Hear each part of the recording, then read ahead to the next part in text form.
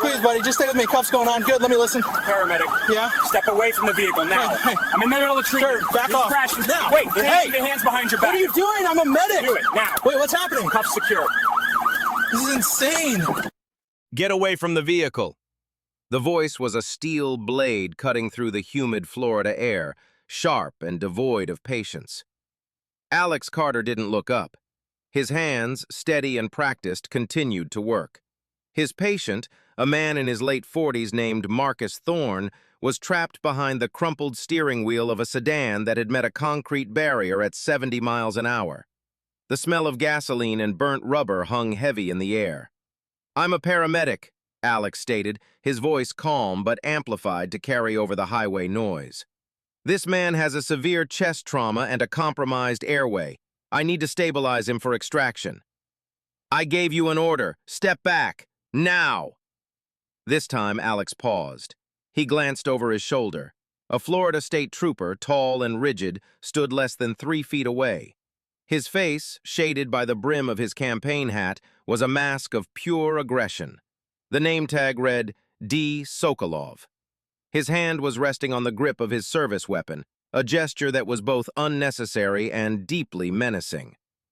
"Trooper, with all due respect, this is a critical patient," Alex explained, turning his attention back to Marcus. "His breathing is shallow and I suspect a tension pneumothorax. Every second counts." Alex was a 12-year veteran of Pasco County EMS. Before that, he'd spent 8 years as an Air Force pararescueman, pulling wounded soldiers out of far worse situations under fire. He knew critical. This was it. "You're interfering with a crash investigation," Sokolov snapped, stepping closer. His boots crunched on the shattered safety glass littering the asphalt. "I am securing the scene. That means you do what I say. Get out of the vehicle." Alex's partner, Maria Sanchez, approached from the ambulance, carrying the primary trauma bag. "Officer, we got the call 10 minutes ago. We're Unit 22. He needs a chest tube now. We can't move him until we relieve the pressure on his lung." Sokolov didn't even glance at her. His focus was a laser beam on Alex. "Are you deaf? I said get out!" Something was wrong. This wasn't the normal tension of a chaotic accident scene. Alex had worked alongside hundreds of cops. There was a protocol, a dance of mutual respect for each other's expertise. This trooper wasn't following any known steps. He was operating on pure, undiluted hostility. "I am not leaving my patient," Alex said, his tone leaving no room for negotiation. He reached for a decompression needle. "Maria, get ready for a thoracostomy." "That's it," Sokolov snarled. "You're under arrest for obstruction." The words were so absurd they barely registered. An arrest? For doing his job? For saving a man's life? Before Alex could fully process it, Sokolov grabbed his arm, yanking him backward with surprising force. The needle clattered onto the car's floor mat. Alex stumbled out of the vehicle, his balance thrown. "What are you doing?" Maria yelled, stepping between them. "He's a paramedic! The patient will die!" "Stay back or you're next," Sokolov warned her, his eyes blazing. He spun Alex around, forcing his arms behind his back with a practiced, brutal efficiency. The cold steel of the handcuffs bit into Alex's wrists. The click of the locking mechanism was a definitive metallic sound that echoed across the crash scene. "My patient," Alex grunted, twisting to see the man still trapped in the car. Marcus Thorne's eyes were wide with panic, his gasps for air growing weaker. "He can't breathe! Somebody help him!" Sokolov shoved Alex toward his patrol car. "You should have complied. This is on you." The construction workers who had been directing traffic on the other side of the highway had stopped, their phones now out and recording. Maria was frozen for a half-second, a look of pure disbelief on her face, before her training kicked in. She scrambled into the wrecked car, taking Alex's place, her hands shaking as she tried to reassess the patient alone. Inside the patrol car, the heat was suffocating. The plastic partition separating the front and back seats did nothing to muffle the sounds from Sokolov's radio. Alex watched through the window as a tow truck arrived on the scene. It was a large, heavy-duty wrecker with the words "Panther Recovery" emblazoned on the side in aggressive, stylized lettering. It had arrived impossibly fast, faster than any tow service he'd ever seen respond to a highway call. Sokolov stood outside speaking into a handheld radio, not his official shoulder mic, but a smaller, personal device. His back was to the witnesses, his conversation shielded. He gestured toward the wreck, then toward the newly arrived tow truck driver. A transaction of information was taking place, one that felt rehearsed. Another ambulance, a backup unit Alex's partner must have called, was now pulling up, its sirens wailing. The new paramedics rushed toward the wreck, their faces grim as they saw Maria struggling to manage the critical patient alone. The delay was now approaching 10 minutes. 10 minutes without proper intervention for a man with a collapsing lung. Sokolov finally climbed into the driver's seat, the engine roaring to life. He didn't look at Alex. He just put the car in drive and pulled away from the scene he had so violently claimed to be securing. "You realize you may have just killed him, right?" Alex said, his voice a low, controlled burn. Sokolov adjusted his rearview mirror, his eyes meeting Alex's in the reflection. "He was probably a goner anyway. You're the one who refused a lawful order. You made your choice." His jaw was tight, his knuckles white on the steering wheel. This wasn't the calm authority of a lawman. It was the frantic energy of a man trying to clean up a mess that Alex's very presence had somehow created. The question was, what was the mess? It was far more than a simple car crash on the Suncoast Parkway. Alex was just beginning to understand that he hadn't just stumbled into an accident scene, he had crashed a party he was never meant to see. The holding cell at the Pasco County Sheriff's substation was cold. The cinder block walls painted a sterile, institutional white. The metallic tang of antiseptic hung in the air.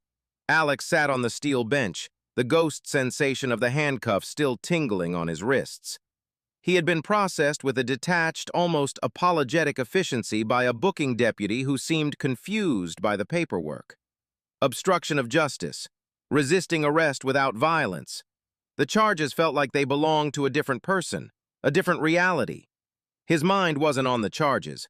It was replaying the scene at the roadside, the sound of Marcus Thorne's strained breathing, the look of panic in his eyes. He'd seen that look before in the mountains of Afghanistan. It was the look of a man who knew his body was failing him, who was fighting for every last molecule of oxygen. And Alex had been pulled away from him. He had been in the cell for nearly an hour when a guard escorted him to an interview room. His EMS supervisor, Captain Eva Rostova, was waiting for him.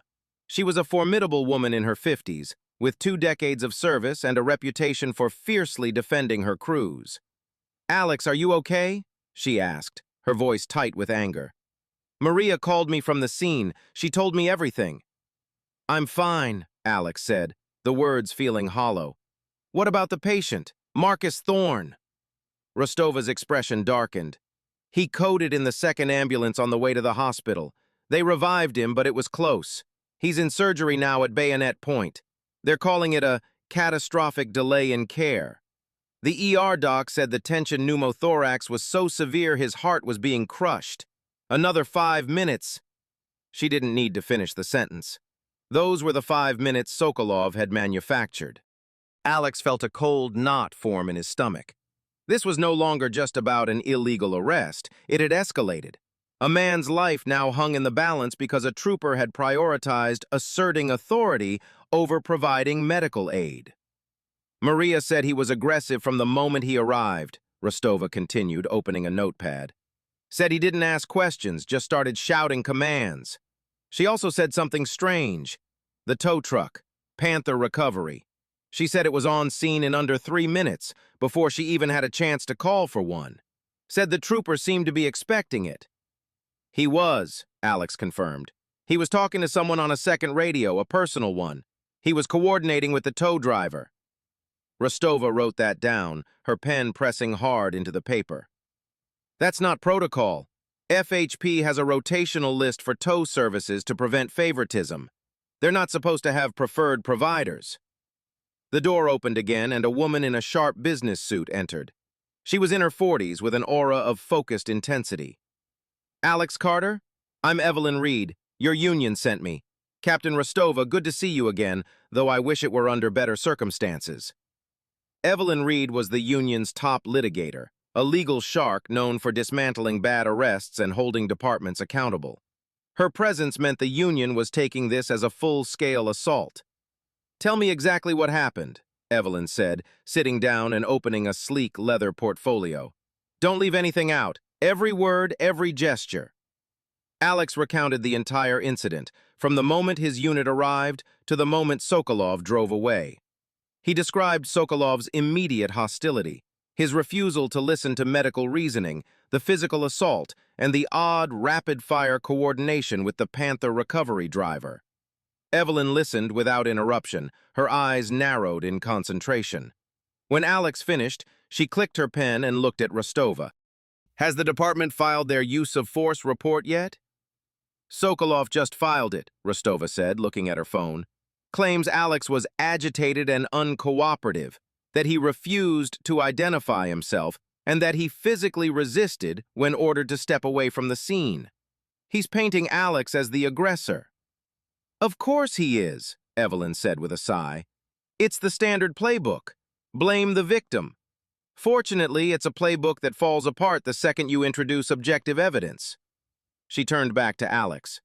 "Your ambulance, Unit 22. It has cameras, correct?" "Forward-facing dash cam and a rear-facing one," Alex confirmed. "They're always running." A slow, predatory smile spread across Evelyn Reed's face. "Well then, Trooper Sokolov's narrative has a problem. It has a 1080p time-stamped witness that doesn't lie, doesn't forget, and can't be intimidated. He thought he was alone out there on that highway with a paramedic he could bully into compliance. He has no idea he just performed his little power play on a recorded stage." She stood up, her demeanor all business. "I'm getting you out of here now. The charges will be dropped by morning. This arrest is garbage. It's a textbook violation of the Good Samaritan Act and about 4 different sections of your rights. But we're not just going to get this thrown out, Alex.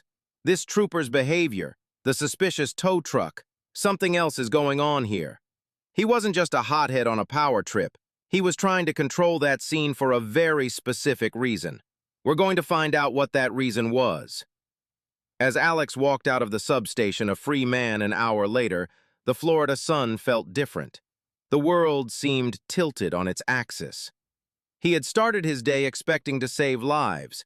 Instead, he'd almost been responsible for ending one, had his own liberty stripped away, and had stumbled backward into a mystery. The confrontation was over, but Evelyn Reed was right. The real story was just beginning. The key was locked in a hard drive inside Medic 22, waiting to be seen. The conference room at Evelyn Reed's law firm was a world away from the chaos of the highway. It was a space of quiet, methodical precision, with floor-to-ceiling windows overlooking downtown Tampa. 2 days had passed since the arrest. The charges against Alex had been unceremoniously dropped after Evelyn made a single, pointed phone call to the state attorney's office, threatening a federal civil rights lawsuit that would name Sokolov and the Florida Highway Patrol as defendants. But dismissal wasn't victory. It was just the opening move. Seated at the polished mahogany table were Alex, his partner Maria, Captain Rostova, Evelyn, and a man named Leo Katz. Leo was a former police detective turned private investigator, a rumpled man in his late 50s whose unassuming appearance belied a mind legendary for finding needles in digital haystacks. On a massive 80-inch screen at the end of the room was the reason they were all there, the footage from Medic 22's forward-facing dash camera. "All right, Leo, run it," Evelyn said. The video began. The ambulance's approach to the crash scene was clear, the view unobstructed. They watched the wreck come into focus, saw Alex and Maria exit the vehicle, and observed their initial urgent approach to the trapped motorist. The camera's microphone picked up the strained, professional dialogue as they assessed the patient. Then, Trooper Sokolov's patrol car entered the frame, pulling up at an aggressive angle. The footage captured him exiting his vehicle, his body language a study in hostility. It recorded every command he shouted, every refusal to listen. It showed Alex, calm and focused, trying to explain the medical necessity of his actions. "Freeze it there," Evelyn commanded. Leo paused the video at the exact moment Sokolov laid hands on Alex. Look at that! Alex's hands are inside the vehicle, holding medical equipment. He's not threatening, not aggressive. He's a medical professional at work. And Sokolov initiates unprovoked physical contact. That right there is battery. She continued. Run it forward. The video showed the arrest, the cold efficiency of the cuffing, the shove toward the patrol car. It perfectly captured Maria's panicked reaction and her heroic decision to take over patient care. Most importantly, it completely contradicted Sokolov's official report. Alex was never agitated. He never refused to identify himself. He never physically resisted. The report was a work of fiction. This is more than enough for the civil suit, Rostova said, her arms crossed tightly. It's a career ender. We're not done, Evelyn said, her eyes fixed on the screen. The arrest is the hook, but the real fish is still in the water. Leo, show them what you found. Leo Katz leaned forward, using a laser pointer to circle Trooper Sokolov on the screen. Sokolov's report states he called for a rotational tow service upon securing the scene. The FHP dispatch log confirms he made that call at 10:14 a.m. He pointed to the video's timestamp in the corner of the screen. It read 10:11 a.m. Now watch this, Leo said, advancing the video frame by frame. Sokolov, having just arrested Alex, stepped away from his car. He reached for his shoulder mic as if to make a call, but he stopped. Instead, he pulled a small black device from his pocket. A second phone. A burner. He turned his back to the ambulance, shielding the device with his body, and spoke into it for approximately 15 seconds. That's the call, Alex said, leaning forward. That's what I saw. Leo nodded. He's not talking on his official recorded radio. He's using a personal device. Why? To have a conversation he doesn't want logged. He then fast-forwarded the footage. The timestamp now read 10:13 a.m. From down the highway, the distinctive blue and gold wrecker of Panther Recovery appeared, its lights already flashing. It pulled up to the scene less than 2 minutes after Sokolov's secret phone call and a full minute before he made the official, logged request for a tow. The room was silent. He called his own guy first, Maria whispered, the realization dawning on her. He called them before he even called dispatch. It's more than that, Leo said, pulling up a new window on the screen. It was a spreadsheet, dense with data. Panther Recovery. They're a relatively new company, been in business for 3 years. I pulled the FHP tow rotation logs for this entire sector for the past 24 months. The system is designed to be random. There are 57 approved towing companies in this zone. In a perfectly random system, each company should get about 1.7% of the calls. He highlighted a row on the spreadsheet. Panther Recovery has been awarded 19% of all FHP-related tows in this sector. But it gets better. I cross-referenced the responding troopers. Panther only gets the call when one of 5 specific troopers is the primary officer on the scene. Dean Sokolov is one of those 5. When Sokolov is the lead officer at a crash, Panther Recovery gets the towing contract 92% of the time. The number hung in the air, a statistical monument to corruption. It's a kickback scheme, Evelyn said, her voice low and dangerous. It has to be.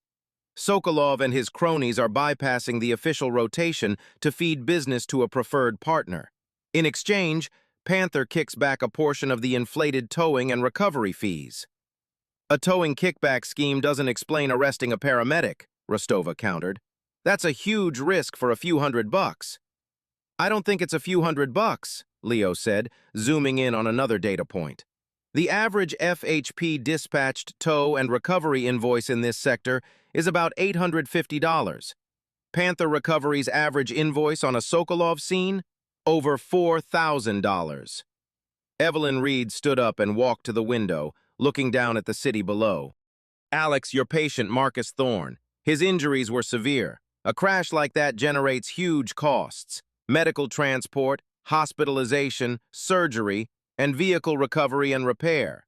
A simple fender bender is one thing, but a catastrophic wreck is a potential gold mine if you can control every piece of the cleanup. She turned back to the room.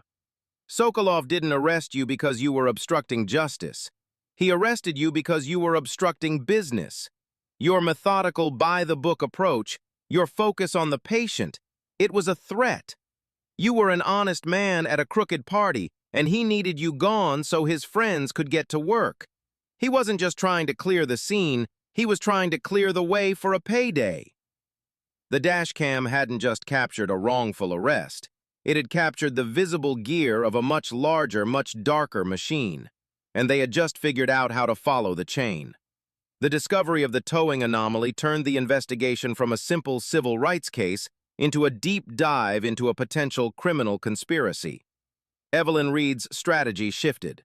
The lawsuit against Sokolov and the FHP would proceed, but it now served a dual purpose: to get justice for Alex and to use the legal power of discovery to pry open the books of Panther Recovery and its network. Leo Katz became the tip of the spear. Working from a secure office, he started with the company itself. Panther Recovery was an LLC, registered to a shell corporation with a P.O. box address in a strip mall. After peeling back 2 layers of corporate anonymity, he found the name of the sole proprietor, a man named Richard "Rick" Hogan, a 38-year-old with a sealed juvenile record and 2 prior bankruptcies. On paper, he was just another small-time hustler, but his finances told a different story. Hogan's personal income has exploded in the last 3 years, right when Panther was founded, Leo explained during their next strategy meeting, pointing to a flowchart on the whiteboard. He went from driving a 10-year-old pickup to owning a waterfront house in St. Pete and a 35-foot fishing boat. Not bad for a guy whose company officially claims only marginal profits. Evelyn filed a subpoena for Panther Recovery's complete financial records, a move the company's lawyers fought tooth and nail. But a judge, presented with Leo's statistical analysis of the tow logs, agreed there was sufficient cause and ordered them to comply. The documents that arrived were a mess, a deliberate jumble of invoices and payment records designed to confuse. But Leo was patient. He and a forensic accountant spent a week untangling the web. They discovered that Panther Recovery didn't just tow vehicles. They had an exclusive partnership with a specific auto body shop called Gulf Coast Collision and a particular personal injury law firm, Harris and Associates. It's a closed loop, Leo explained, drawing lines connecting the 3 entities on his flowchart. Sokolov or one of his 4 colleagues gets to a crash scene. They bypass the rotation and call Panther. Panther tows the car, often using unnecessary equipment like a heavy-duty rotator to pad the bill, directly to Gulf Coast Collision. The driver, while the victim is still dazed, gives them a card for Harris and Associates, saying, "These guys are the best. They'll handle everything." The 3 companies work in concert, all feeding each other business from scenes controlled by the same 5 troopers. The next step was to follow the money out. The invoices from Panther and Gulf Coast Collision were shockingly inflated. A simple bumper replacement would be billed as requiring a full-frame alignment. Minor scratches were documented as needing entire body panels replaced. They were defrauding insurance companies on a massive scale. But the smoking gun was in the payments. They found a series of regular monthly payments from both Panther Recovery and Gulf Coast Collision to another shell corporation, this one called Statewide Logistical Solutions. The company's stated purpose was consulting. It had no employees, no office, and no actual business footprint. It was a ghost, created for the sole purpose of laundering money. Statewide Logistical Solutions made monthly cash withdrawals, Leo said, his voice grim. The same 5 amounts on the same day of every month. 5 payments, ranging from $8,000 to $15,000. He paused for effect. And guess who the registered agent for Statewide Logistical Solutions is? Brenda Sokolov, Trooper Dean Sokolov's wife. The room was stunned into silence. It was the direct link they had been searching for. Sokolov wasn't just getting a few $100s in kickbacks. He was a key figure in a multi-million-dollar fraud ring, receiving a steady, monthly, tax-free payment for his role. He wasn't a patrolman. He was a predator, Alex said, the pieces clicking into place. He wasn't looking for accidents to secure. He was hunting for them. The more severe the crash, the bigger the payout. The incident on the Suncoast Parkway suddenly made perfect, horrifying sense. Marcus Thorne's wreck was a big one. It was a potential six-figure insurance claim between the vehicle damage and the inevitable injury settlement. Alex, with his competence and refusal to be intimidated, wasn't just an annoyance. He was a direct threat to that payout. A thorough paramedic creates a thorough medical record. A thorough medical record can be used by insurance investigators to question the timeline of events. An honest first responder on a scene is a variable a criminal enterprise cannot control. His aggression wasn't a power trip, Evelyn stated, looking at the board. It was panic. He was protecting his income stream. He put Alex in handcuffs to get him out of the way before he could document something or notice something, like the impossibly fast arrival of his pet tow truck, that might unravel the whole thing. The investigation had started with a single wrongful arrest.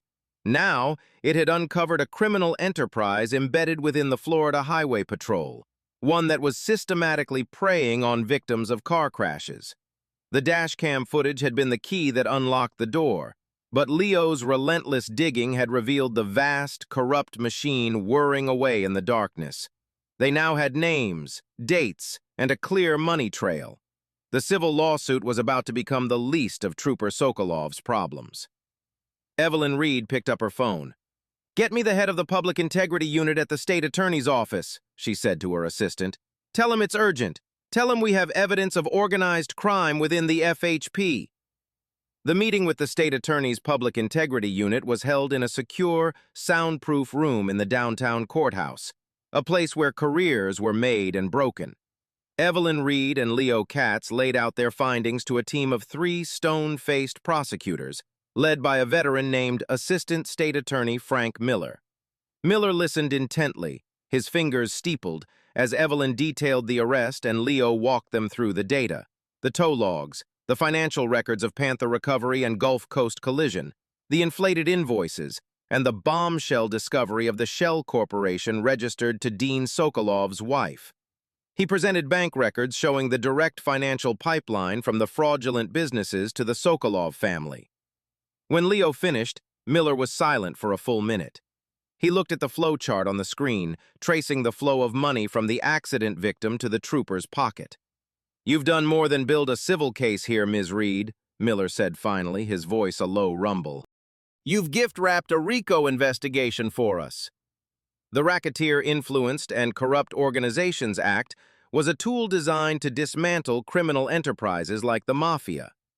Applying it to a unit of state troopers was a monumental step. "We believe there are 4 other troopers involved," Evelyn said, sliding a file across the table. "Their names are all statistically tied to Panther Recovery. We suspect Sokolov is the ringleader." "His aggression towards your client makes sense now," Miller mused. "He wasn't just a cop. He was the foreman of a criminal crew, and Mr. Carter was throwing a wrench in his assembly line. The more chaotic and controlled the scene, the less likely a dazed victim is to question which tow truck shows up or which lawyer's card is pressed into their hand." The state attorney's office took the evidence and launched a full-scale, covert criminal investigation. They placed Sokolov and the other 4 troopers, Troopers Miller, Evans, Garcia, and Shaw, under surveillance. They obtained wiretaps for their personal phones and placed GPS trackers on their patrol cars. They subpoenaed the financials of Rick Hogan at Panther Recovery, the owners of Gulf Coast Collision, and the partners at the Harris and Associates law firm. The evidence they gathered was overwhelming. They recorded phone calls where Sokolov coordinated with Hogan, discussing accidents like they were stock market opportunities. They listened as the troopers complained about getting lousy fender benders instead of juicy rollovers. They documented secret meetings where cash envelopes were exchanged. The investigators discovered the scheme was even more audacious than they'd imagined. The troopers weren't just steering business. They were actively falsifying accident reports. They would intentionally omit witness statements that suggested a victim might be partially at fault, ensuring a clean insurance payout. They would exaggerate the speeds involved and the severity of the impacts. In 2 instances, investigators found evidence that Gulf Coast Collision had inflicted additional damage on vehicles in their shop to inflate the repair bill further. The total value of the fraud was staggering. By analyzing 2 years of falsified claims, forensic accountants estimated the ring had defrauded insurance companies and, by extension, the premium-paying public of an estimated $18.2 million. Alex Carter, meanwhile, was back at work, but the world felt different. Every FHP cruiser he saw at a scene now gave him a spike of anxiety. He found himself documenting his actions with a new level of obsessive detail, constantly aware that his professionalism could be twisted into an accusation. Captain Rostova had implemented a new county-wide policy. If any first responder felt a law enforcement officer was improperly interfering with patient care, they were to immediately request a supervising officer from both agencies to respond to the scene. It was a small change, but it was a direct result of his arrest. His patient, Marcus Thorne, had survived. After weeks in the ICU and multiple surgeries, he was beginning a long, arduous recovery. Evelyn Reed had taken him on as a client as well. His case was a powerful testament to the human cost of the trooper's greed. The delay Sokolov caused had nearly killed him, and the subsequent fraudulent claims meant his insurance company had initially tried to deny parts of his coverage due to the suspicious nature of the invoices from Panther and Gulf Coast. He was being victimized twice by the same criminal crew. The state attorney's investigation culminated 6 weeks later. In a series of coordinated pre-dawn raids, state and federal agents arrested Dean Sokolov at his waterfront home. They arrested the other 4 troopers, Rick Hogan of Panther Recovery, the 2 owners of Gulf Coast Collision, and a senior partner at the law firm. The news broke like a thunderclap across the state. The story of the roadside pirates, as the media dubbed them, was on every news channel. The mugshot of Dean Sokolov was a stark contrast to the aggressive, confident trooper on the highway. In the booking photo, he looked diminished, his face pale and his eyes hollow. The authority he had wielded so brutally was gone, stripped away by the very system he had sworn to uphold and had so thoroughly corrupted.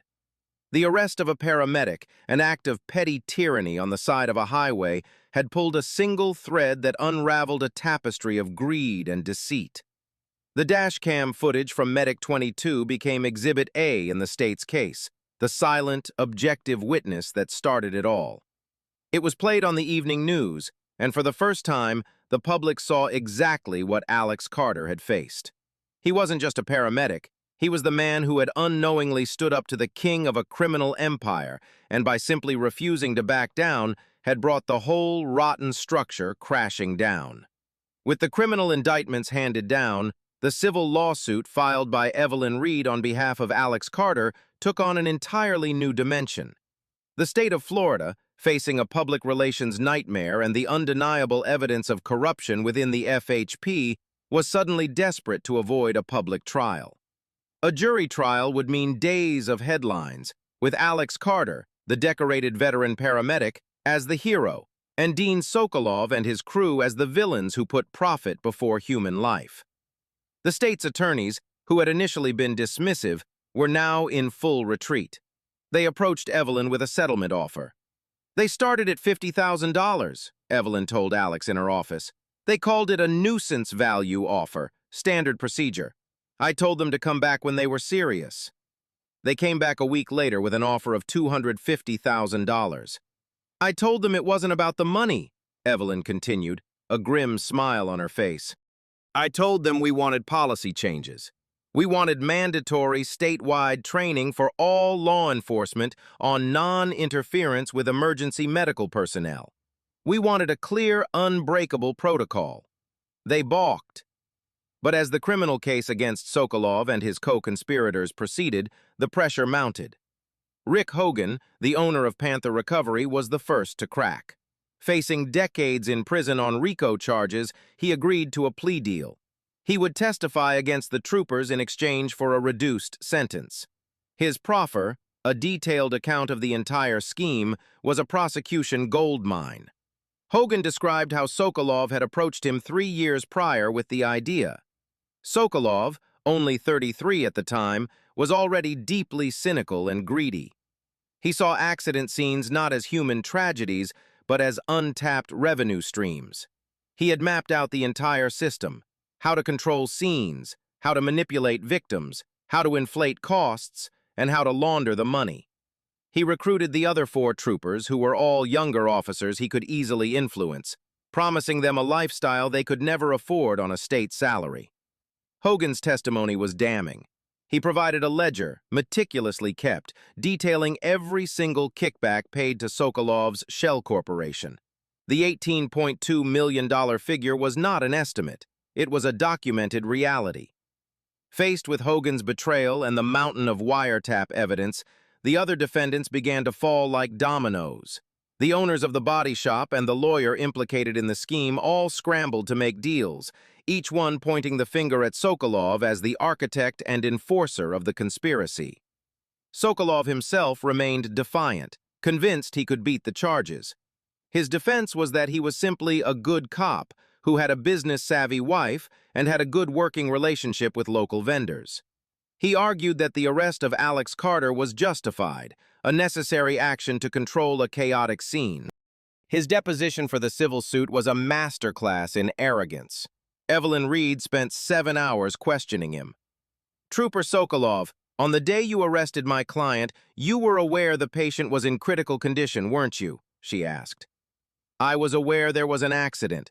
My job is to secure the scene and investigate, not play doctor," Sokolov retorted. "So when a trained paramedic with 20 years of experience tells you a man is dying, your policy is to ignore him?" "My policy is to establish order. Mr. Carter was preventing me from doing that." "Was he preventing you, or was he preventing your preferred tow service, Panther Recovery, from gaining access to a vehicle you knew would generate a significant payout for your criminal enterprise?"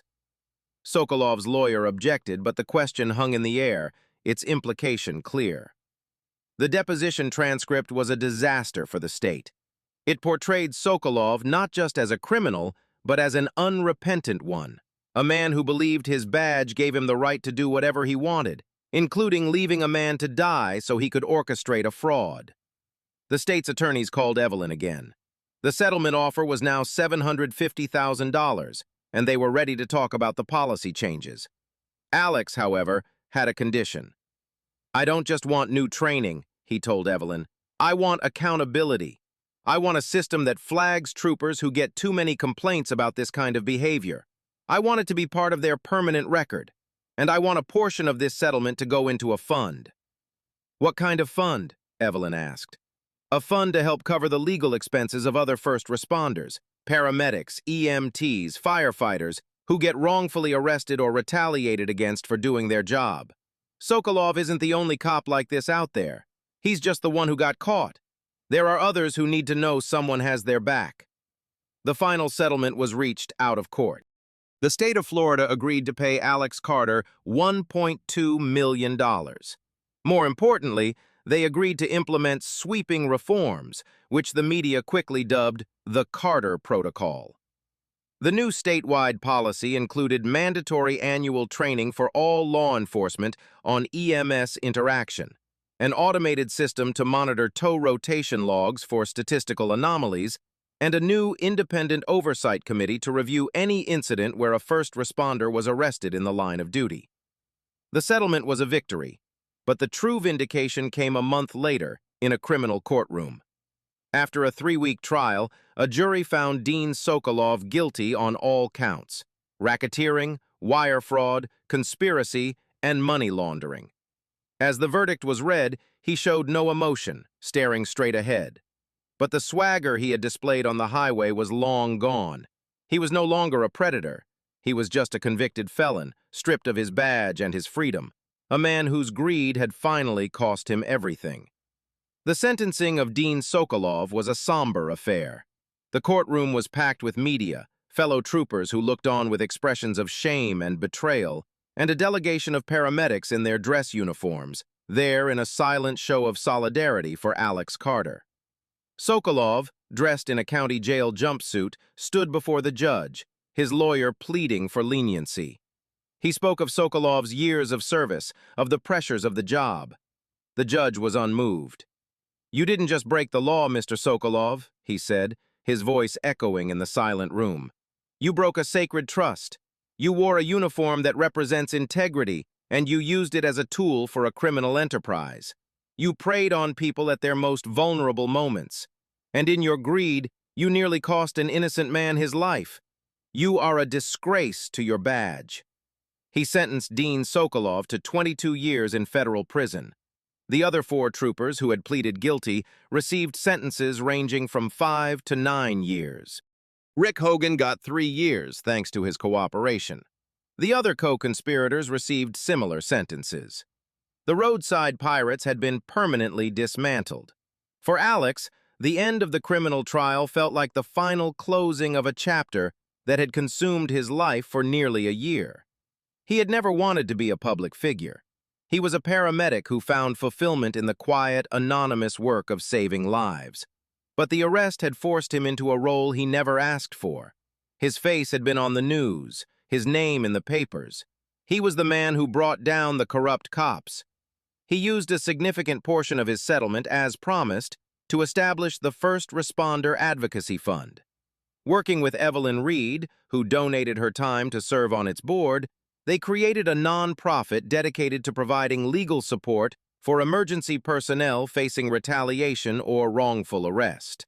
The fund's first case was helping an EMT in a rural county who was being disciplined for refusing a sheriff's deputy's demand to take a blood sample from a DUI suspect without a warrant. They won. The Carter Protocol, implemented by the state, began to show immediate effects.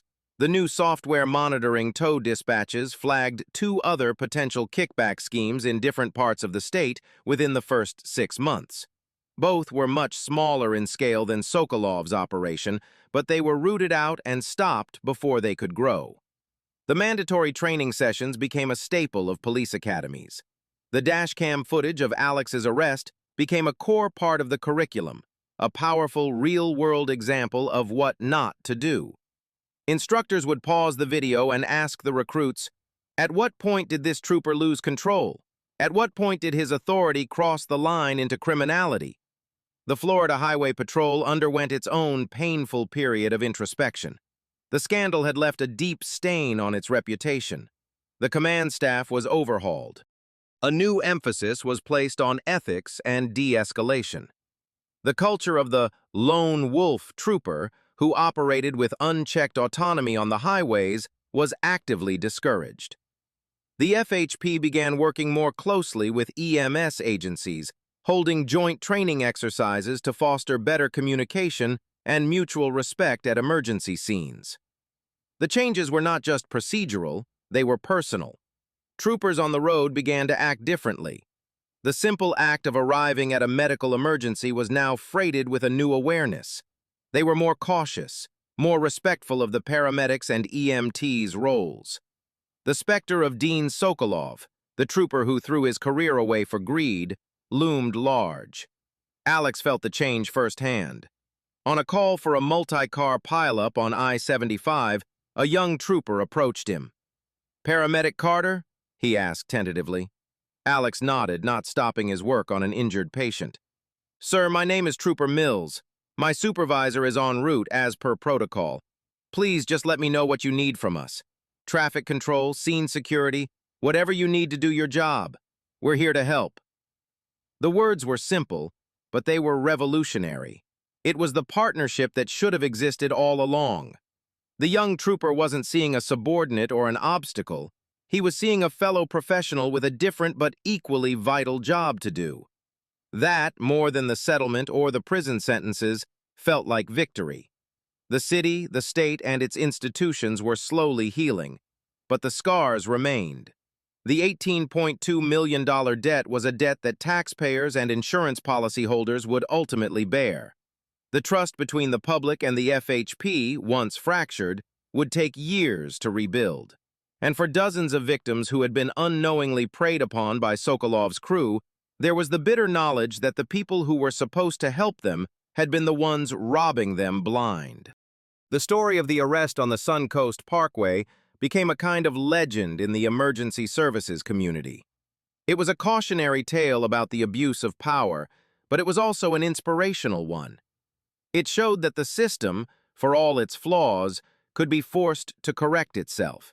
It proved that one person, armed with the truth and the courage to stand by it, could indeed fight City Hall and win. The ripple effects of that single violent confrontation continued to spread, changing laws, careers, and a culture, ensuring that what happened to Alex Carter would be far less likely to ever happen again. Years passed. The Carter Protocol became the national model for legislation protecting first responders, adopted in various forms by over a dozen other states. The First Responder Advocacy Fund grew, handling cases across the country and becoming a powerful voice for EMTs, paramedics, and firefighters. Alex Carter never sought the spotlight, but he became an unwilling icon within his profession.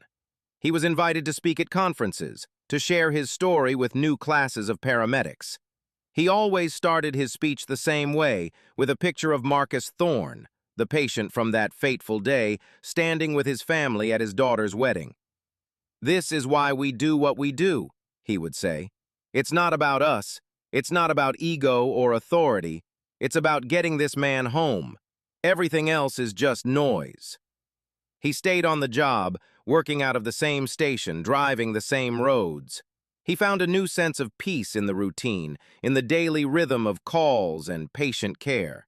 The hypervigilance he'd felt after the arrest slowly faded, replaced by a quiet confidence. He had faced the worst kind of professional and personal challenge, and he had not only survived it, but had forged something positive from the wreckage. The dashcam footage of his arrest lived on, a permanent fixture on the internet, a digital ghost replaying the moment his life changed. It was used in law schools to teach about civil rights, in medical schools to discuss scene management, and in police academies to demonstrate the catastrophic failure of judgment.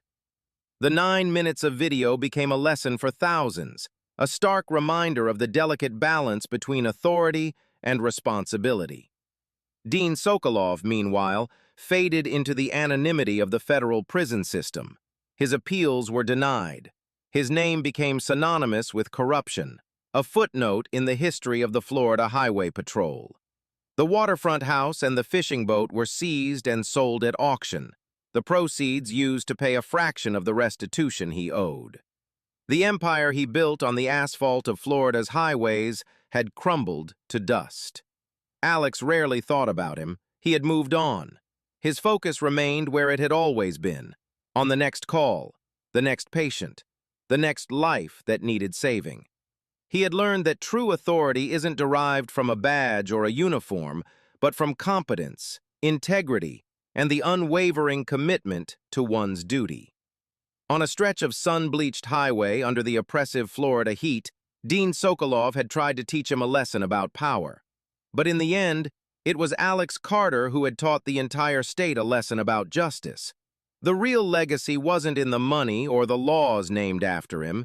It was in the thousands of future interactions at tens of thousands of emergency scenes, where a police officer might pause, think, and choose to help rather than hinder.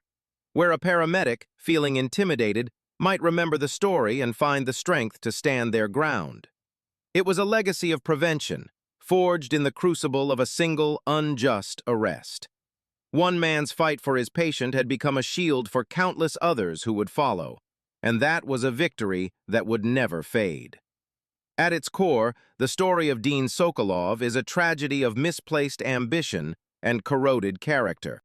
What drives a man sworn to protect the public to become its predator? The psychological profile of someone like Sokolov often begins not with a grand plan for a criminal empire, but with a series of small, rationalized compromises. Perhaps it started with accepting a gift from a tow driver for a referral. He got away with it. The small compromise didn't feel like a crime, it felt like a perk, something he was owed for a difficult job. This is the first crucial step on a slippery slope.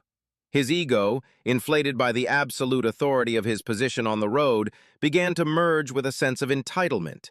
He saw the system not as something to uphold, but as something to exploit. He was smarter than the rules.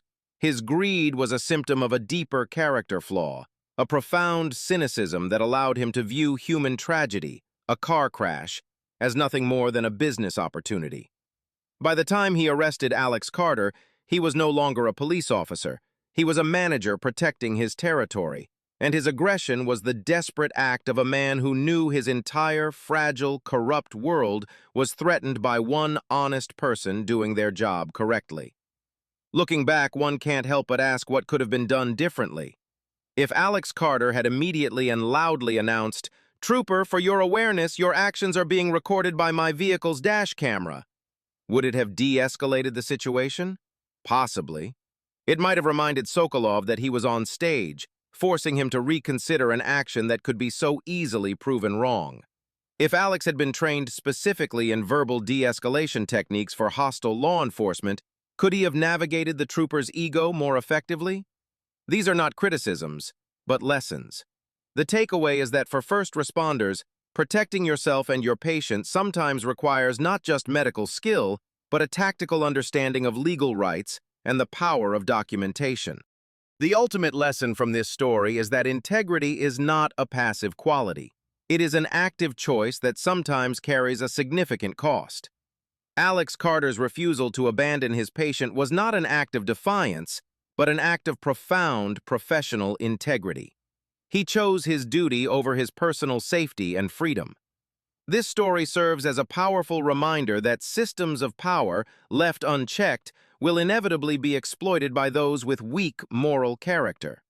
It is the courage of individuals, the ones who say no when compliance would be easier, that acts as the firewall against systemic corruption.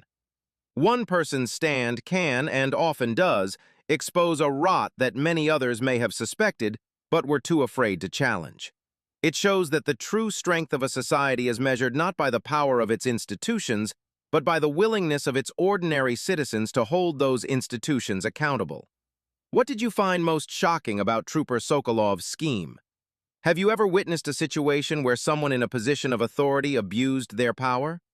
Share your thoughts in the comments below, and if this story resonated with you, please consider liking and subscribing for more content that uncovers the truth.